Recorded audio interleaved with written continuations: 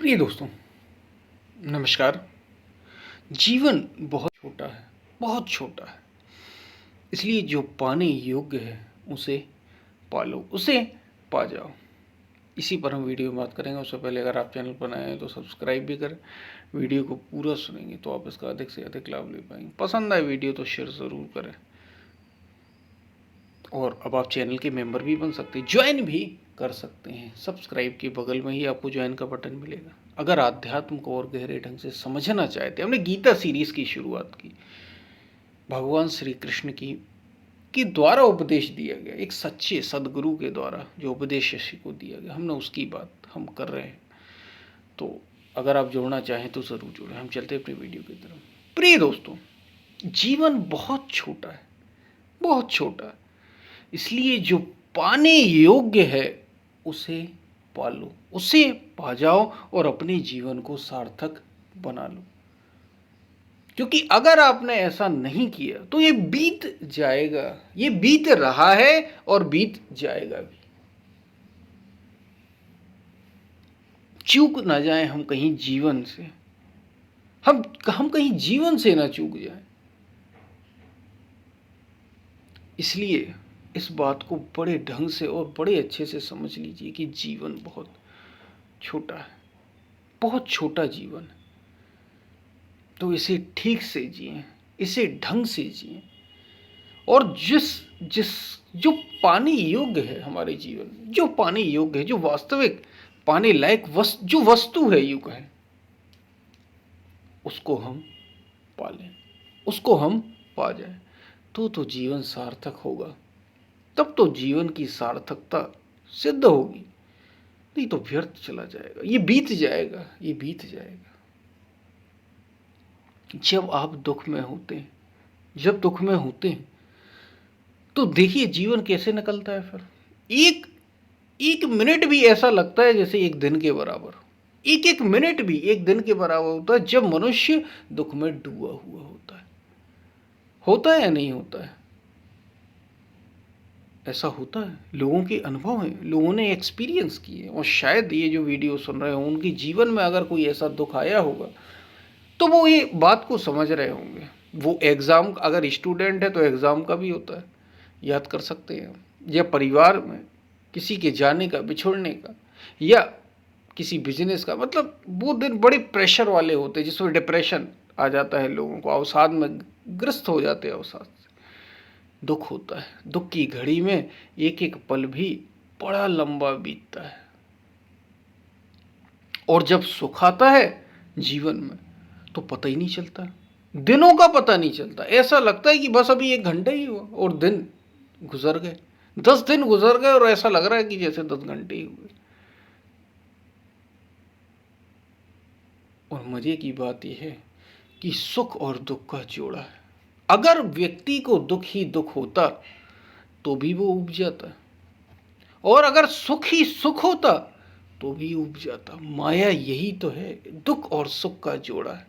इसलिए मनुष्य सुख और दुख में फंसा रहता है और जीवन, समय निकलता चला जाता है, निकलता चला जाता है, निकलता चला जाता है, गुजरता चला जाता है। और केवल समय ही तो है। समय और ऊर्जा दो चीजें ही हमारे पास। समय गया, शरीर गया। ऊर्जा गई, आप कुछ नहीं कर सकते। एनर्जी आपके भीतर से गई, आप क्या करें? कुछ भी नहीं कर सकते। एनर्जी है तभी तक हैं आप। जीवन बहुत छोटा, इसलिए कहा जीवन बहुत छोटा है। और सबसे बड़ी बात, जो मनुष्य के शरीर में आया है उसके लिए तो ये सबसे बड़ी बात है कि उसे कुछ खाने के लिए बंदोबस्त करना होता है, धन कमाना होता है, चीज़ें इकट्ठी करनी होती, बहुत सारा ध्यान। जीवन छोटा और क्यों हो जाता है? क्योंकि बहुत सारा ध्यान, बहुत सारी ऊर्जा बाहर ही खर्च होती है, ना भी चाहे तो भी खर्च होती है। अपने पर ध्यान लगा ही नहीं पाते हैं, अपने को समय दे ही नहीं पाते हैं। जो निकाल लेते हैं वो समय दे ही देते हैं।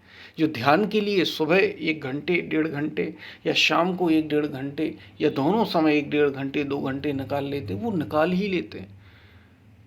और जो नहीं निकाल पाते उन्हें जीवन भर समय नहीं मिलता, इतना भी समय नहीं मिलता। तो समय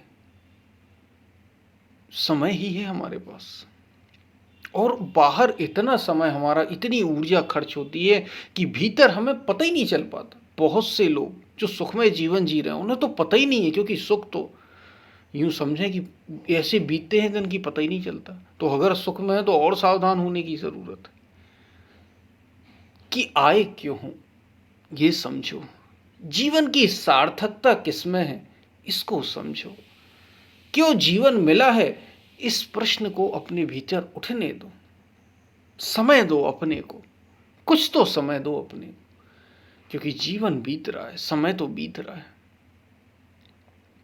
ये आना तो सार्थक हो जीवन में कि बस धन सुख शरीर के, या यही धन काम वासना, इनकी पूर्ति में ही जीवन निकल जाएगा। ये जानवरों का भी निकल रहा है, पशुओं का भी निकल रहा है। मनुष्य के पास एक अवसर है, वो कर सकता है जीवन में ऐसा कुछ कि वो जन्म मृत्यु के फंदे से ही बाहर हो सकता है, इस पिंजरे से ही वो बाहर हो सकता है। ये मनुष्य के पास मौका, और किसी जीव को नहीं दिया प्रकृति ने, दिया ही नहीं, ये दिया ही नहीं। ये इसी शरीर वाले को मिला है मौका। संत कबीर कह रहे हैं, हर घट मेरा साईया, कहीं ऐसा नहीं है, हर घट में मेरा साईया। सूनी सेज ना कोई, बलिहारी घट तासुकी, जा घट प्रगट होए। उस घट की बलिहारी, उस घट को मैं शत शत प्रणाम, शत शत नमन करता हूं, जिस घट में वो प्रकट हो जाए, जो उसे प्रकट कर ले। प्रकट किया बुद्ध ने, प्रकट किया कृष्ण ने, राम ने, महावीर ने, मीराबाई ने, सबरी ने, गार्गी ने, मैत्रेयी ने,